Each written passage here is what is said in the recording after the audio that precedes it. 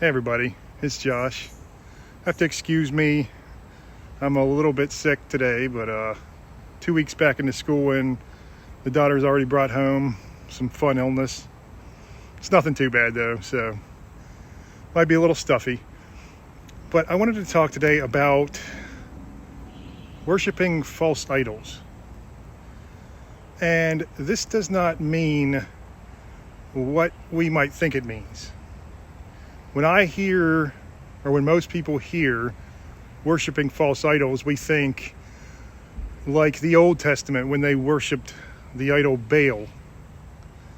And they would give sometimes human sacrifices to that false god, or some pagan ritual where they have these false gods that they worship.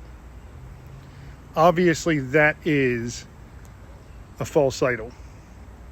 But what we're not understanding is we worship false idols that we don't understand and we don't think of as false idols just about every day. I know I've been guilty of it so many times. I think we have to understand that worshiping false idols, mainly in today's society, obviously you can get some demonic worship, or demonic presence, or that you worship, or just trying to be edgy. A lot of people or say they're Satan worshipers, and it's kind of ridiculous, honestly. But somebody mentioned that whatever we're thinking about the most when we walk around on a day-to-day basis, that is our false idol. That's who we worship. I always have said in my debates, well, not really debates, but when I'm talking about atheists have a lot of faith. A lot of them have more faith than a lot of Christians that I know, which is really sad. But they don't see it like that. They don't understand that they are living for something and they are worshiping something, but just in a way that is not outwardly. So I go back to the David Foster Wallace story, or quote. He said, "You are going to worship something in life. Most of the time it's material things. We have money, we have lust, we even have what we feel like are healthy relationships. But anything we worship, including family and even children, if we worship these things the most, it will devour us."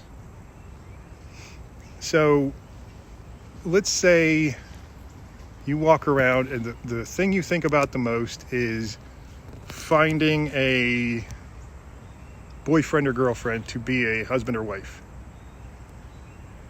That is what you worship. And that is what is going to devour you. Anything besides God that we devote most of our time to is what we worship the most. I have finally gotten to the point over the past few months where God is what I think about most during the day. But obviously all my life, it has been different. It has been money, or making people happy, or trying to raise my children and do right by them. Stuart Connectley, Pastor Stuart Connectley, Pastor Cliff's son, on Give Me an Answer channel. Check him out. It's very awesome. He was talking about this, and he said the thing he thinks about most during the day a lot of times is anxiety about his kids growing up in a secular society. This is an anxiety that I have, absolutely. I worry my children are going to succumb to just the atrocities of this fallen world. My oldest daughter already has horrible social anxiety. And I look back to when I was a kid. Yes, I had anxiety. I had social anxiety. But I pushed it aside. I found ways to deal with it at an early age. And for her, it's harder and harder to deal with. And it cripples her at times. It takes away her joy. Now, how often does that happen to you? Because it happened to me all the time. What steals your joy? What steals your peace? What steals your comfort? Now, I'm not saying that those things are good by itself. Peace, joy, and comfort, they sound good. But if we achieve them the wrong way or have a false idea of how we are going to get to the peace, joy, and comfort, then it is just another false idol that we worship. I really, aside from God, and I think about it in a sense of how Christ changed my life, of how I'm worried about my children. I am so worried too many times that they will fall victim to the demons of this world. Just the absolute demons. Anxiety is one end of the spectrum, and victimhood is another aspect.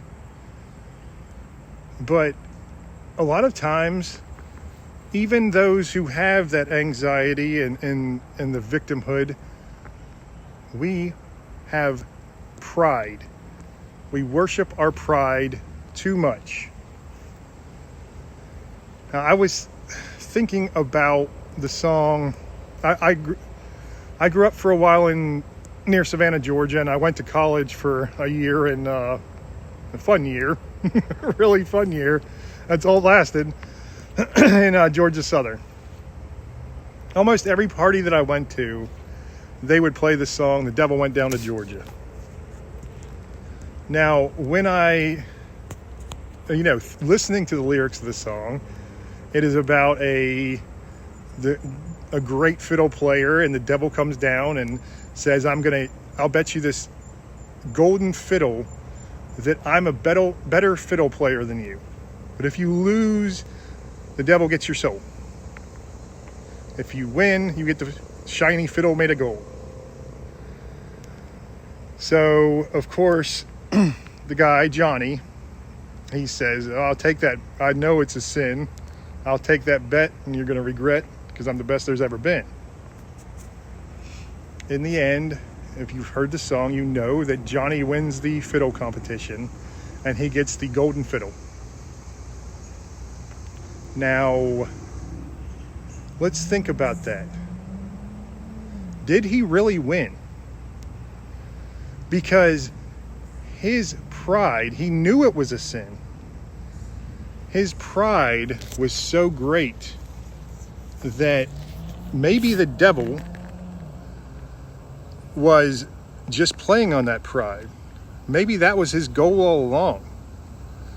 You don't understand. The devil doesn't care if you think you beat him, when in reality, he's won. He doesn't care. You're laughing, haha, look at you, devil, you lost that fiddle competition to me. He doesn't care, because he knows that he stoked that pride in you. And that pride came out, and that pride is the base of almost every sin. I can tell you, even living in poverty for the past 15 years of my life, or just above the poverty line, I guess, I've had pride. And I thought I was so much smarter than most everybody. Almost all the time. It was shamefully pathetic. It really was. But pride is just another one of the sins that we so often overlook. We obviously celebrate pride in different ways now, but that's a different story, because it's kind of the same kind of pride, but we won't get into that today. But I wanted to talk about another story about getting trapped in the past, because this is one false idol that I worshipped possibly the most before I was saved. I always would dream about going back and doing things better, doing things differently, changing. If I had just the opportunity to change a part of my life or some course of history, I would do it so different, and it would change everything for the better. The gall in me to say that or think that, when God's plan is as flawed as this world seems, and as scary as it is, God's plan is perfect. It's absolutely perfect. Just like we are perfect in our imperfection. We are beautiful in our ugliness and brokenness. And we have that brokenness and that ugliness for a reason.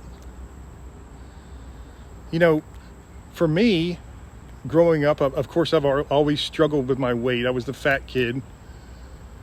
And when I lost about 100 pounds the first time and about 130 pounds the second time.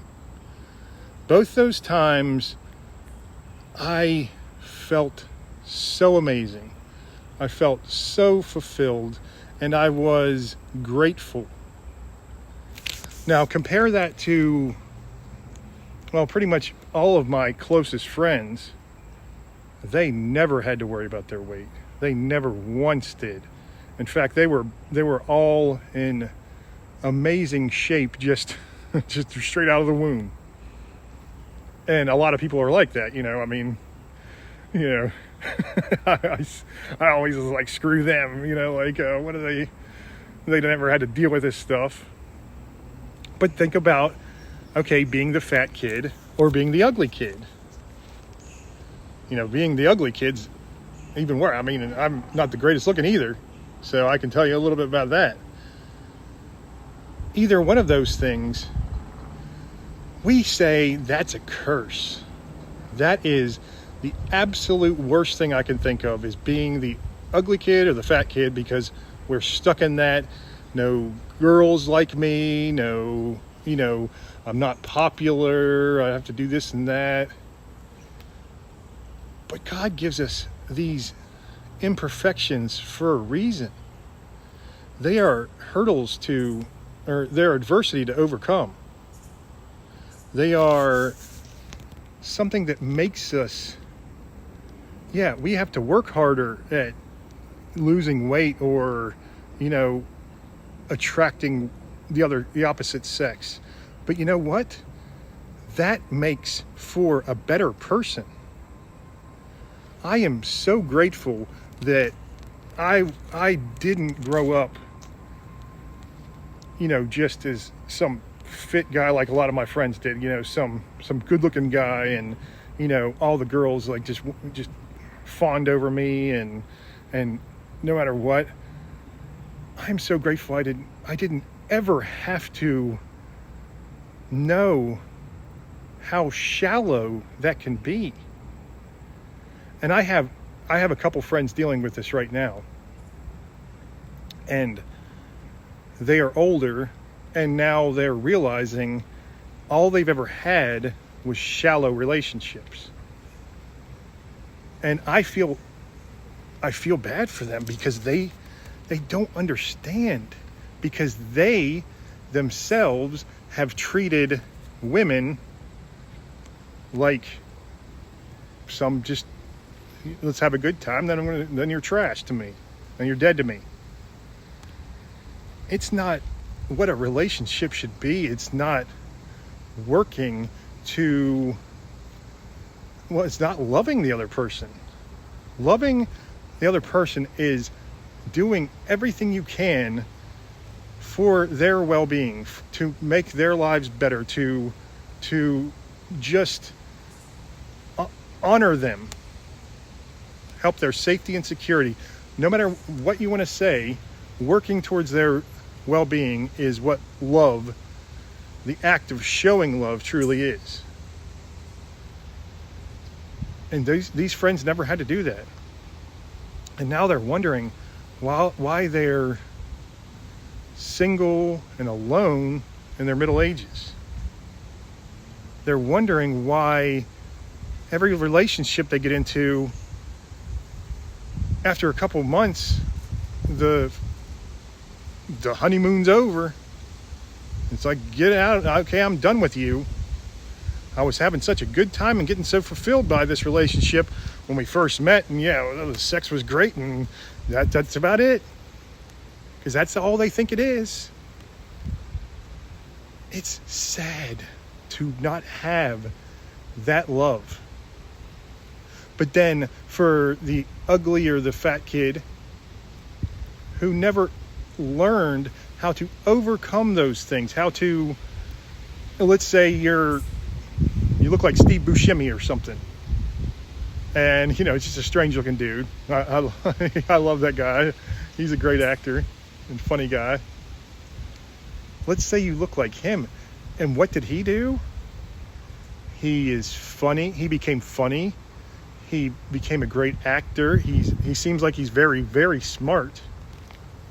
So he learned that, hey, looks aren't everything. In fact, he was probably doing a lot better with the women than most of the good-looking guys I know who didn't even try. I always thought, you don't have to try, especially when you're young. When you're high school and college and, just out of college maybe. You don't have to try because the hormones are running wild in boys and girls, men and women. And if you are a good-looking person, you're going to be attracted to another good-looking person, and bam, it's just how it is. It's just a connection. But when you have to overcome being overweight, when you have to overcome being ugly or strange looking, then you start building your personality. You start building something more that shows you, hey, there's depth to me. I'm not some shallow person who only has my looks going for me. I'm not some shallow person who only has my fitness and my attraction going for me. But living in the past is one that I want to talk about, because I thought about changing the past so much. And there was a story that I heard, and hopefully I'll get it right. Maybe I should look at my notes for this. So hold on one second. Okay, we got another deal with the devil story. So the devil goes up to 3 monks and he asks them, if I give you the power to change something, what would you change? The first monk goes, well, that's easy. I would go back to Adam and Eve and change you from tempting them into a life of sin. Thinking, that's going to change the course of all of history, so we'll never have to deal with sin and evil in this world. The second monk says, I will prevent you from ever straying from God in the first place. You, the fallen angel, the devil, the fallen angel, who was one of God's favorite sons, favorite children, I will prevent you from ever straying from him. And that will prevent you from Adam and Eve. That will prevent you from Cain. That will prevent so many things. The whole chain reaction starts right in the beginning.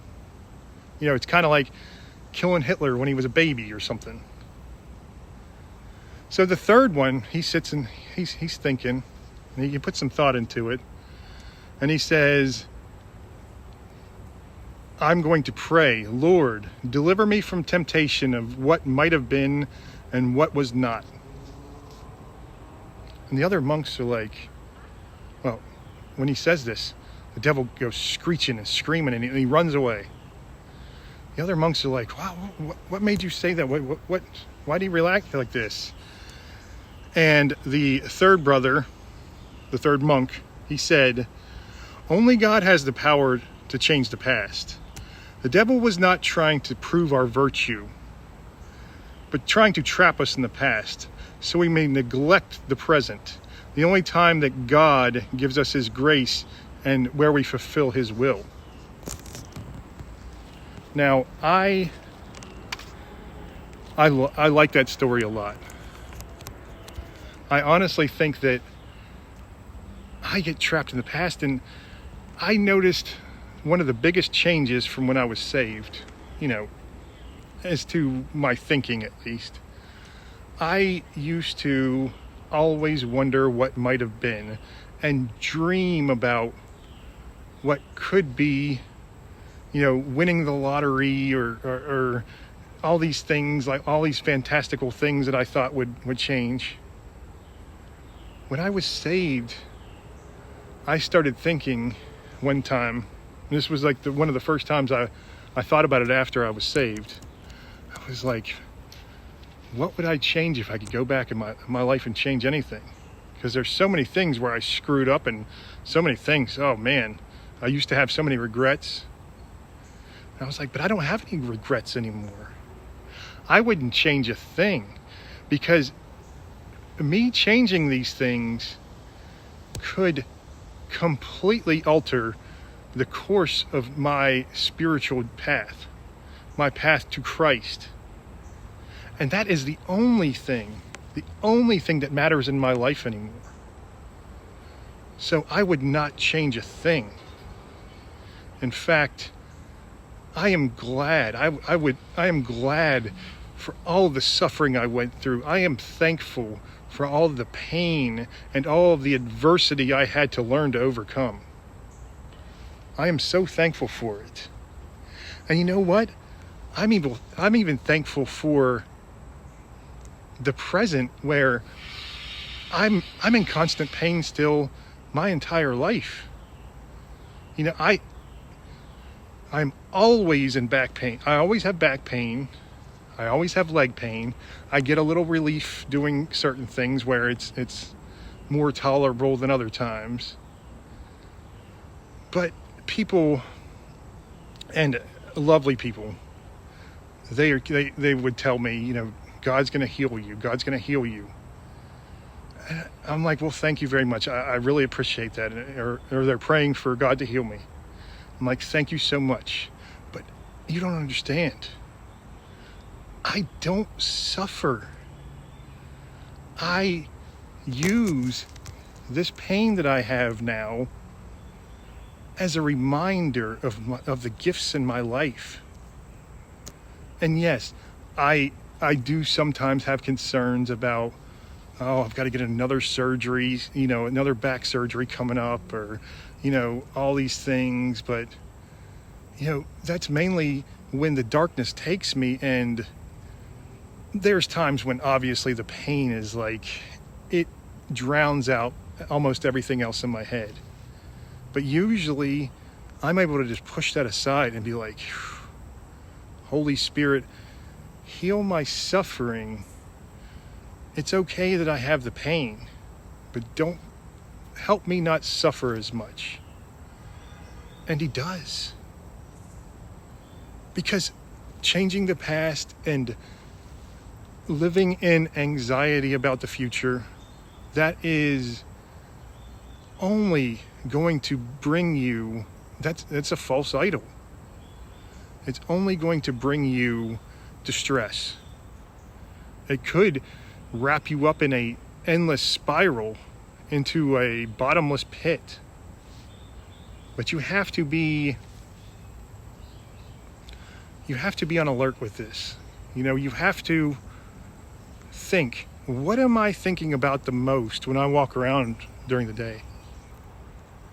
And believe me, I'm not judging you. I think about way too many things too often. I try to, I do think that God is the thing I think about the most now. But as I said, that's just something that my life was over. I didn't want to live it anymore. So the fact that God's grace gave me so much purpose, gave me so much hope, gave me so much peace and love. For those reasons, I am doing my best to devote my life completely to God. It's impossible to do, but that does not mean I won't strive for it. All right, I'm going to wrap this up because I'm going to go home and try to get some rest. It's Monday when I'm filming this. So I probably won't even put this out until Wednesday. So hopefully I'm going to be over this by then. But I want you all to understand that false idol worship is not what you think.